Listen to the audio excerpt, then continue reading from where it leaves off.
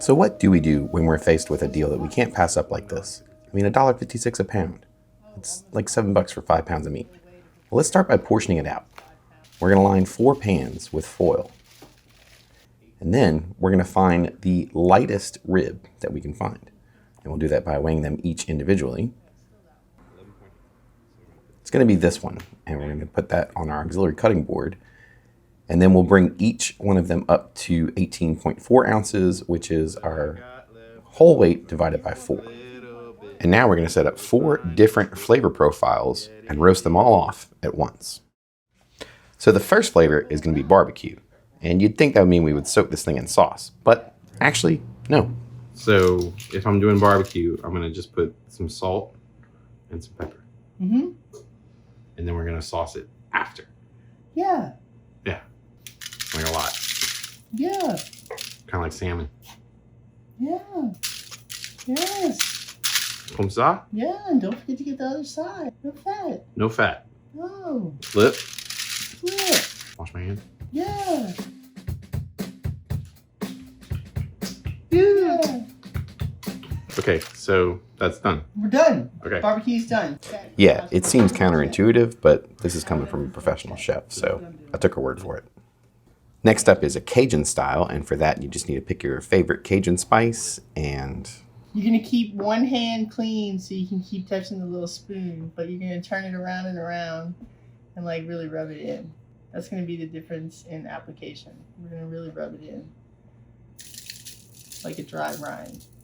Yeah, turn it. Now season that. Yep, there it is. The clean hand. Season the other side. Why did I make it my Not left hand? That was so Why weird. did I make it my left hand? Because you put it on your left side. You should have put the bowl on the right side of your body. Look at your little. Oh look, you got another area to sprinkle. Oh, here we go. Here we go. And then whisk it around, but like really rub it in. Maybe hit it with like one more round, and then really rub it in. Like try to get like in between the fibers. I feel like this needs. Yeah, it sure does. Sprinkle. it's also a good idea to add some shallot or onion plus a few cloves of fresh garlic. And then go ahead and wrap it up, and that's Cajun done. Next up is going to be an Asian-inspired flavor profile, and for that we're going to whisk together 2 teaspoons each of sesame oil and mirin, and then we're going to rub that on our meat. And then just a little bit of salt and a little bit of black pepper. And that's that. For a more Mexican-inspired flavor profile, we're going to start with a little bit of salt, and then we're going to add a little bit of pepper, and we're also going to add our very own special in-house Mexic Oh Wow spice mix, which is just a mixture of your typical Mexican spices. And then on top of that, we're going to add some of these spicy pepper rings. Otherwise, you can just pull out any kind of pickled jalapeno or pickled pepper you have in the fridge and throw them in there for a little bit of extra flavor and a little bit of extra tang. We decided to pour in a little extra vinegar to the bottom of the foil there. That's optional, but recommended. And then go ahead and wrap it up. And that's that. You can safely label these with masking tape, just so you know which is which. All 4 of these are going to go into a 300-degree oven for about 3 to 4 hours, or until they're just completely falling apart.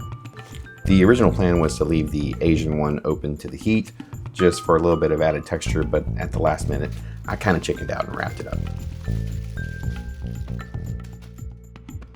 Now once they're all done, we're going to let them cool off, and we're going to leave them wrapped in the foil, and then store them in the refrigerator until we're ready to use them individually. Okay, now for each individual meal, all you got to do is take it out of the refrigerator, and I would put it in a heavy bottom skillet like this and throw it into a 300-degree oven for about 25 to 30 minutes. Sounds perfect. Oh, of course, it comes right off the bone. For the Cajun version, our little starch is going to be grits, cooked basically to the manufacturer's instructions. And that's a nice grit. But with a little bit of butter and evaporated milk added for creaminess.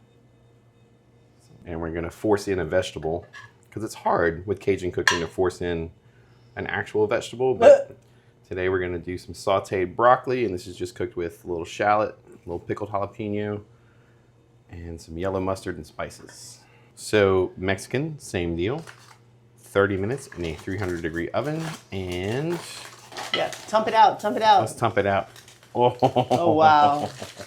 Let me tear this up a little bit. You can't always find that, but this is the adobo sauce that you will find in the Chipotle can. It's just the sauce. Yeah, where you get like the pepper and, Yeah. and the goo, the sauce. This is amazing stuff. If you see it, buy a bunch of them because you don't always see it. Just a little smattering of it. Just a little bit. Oh, look how perfect. It's just shiny. So we decided here that we'd build a little feast of tacos with some refried beans from the can and some tostones on the side. If you want to know how to make tostones, that short is actually out now on the Shorts feed, and you can check it out right after this video. This is day 3. This is barbecue, and if you remember, Claire, we just put salt and pepper on this meat. Yeah, we just wanted to enhance the natural pork flavors that are there. All of our, favorite barbecue artists tend to keep the basic additions basic, Yeah, for sure. so that the meat can tell its own story. And I guess at this point we could pour just about any barbecue sauce on this that we wanted That's right. to make it barbecue. That's right. Let's say today we pour on actual Jack Miller's barbecue sauce. Let's do it because we have it. And now we're going to get to experience it with some pork that really was able to like concentrate its own porky flavors. So I'm not going to go crazy. I'm going to put some sauce, but I don't want to make it like soupy. Right. And put it on like a real low fire to let it simmer a little bit and kind of soak up the sauce. So add your favorite barbecue sauce and add that to a butter toasted bun with some coleslaw on top, some roasted potatoes, and if you're feeling fancy, grab some of those cabbage leaves and throw the roasted potatoes in there, and you'll feel very, very special. And now, last but certainly not least, we have our Asian-inspired meat that had a little bit extra fat, so we drained that off, and then we just put it on top of some nice yellow rice with some roasted baby bok choys, a little bit of basil chiffonade, some crispies, some seaweed crisp, and a little bit of sweet and sour pad thai sauce on top. And I gotta be honest, I think this was my favorite one. Yeah, this was good. Well, there you go. That's 4 days of meals for about $7. Amazing. If you made it all the way to the end here, you are officially in the Kitchen Club. So drop us a hashtag Kitchen Club in the comments, like, subscribe, do all the things.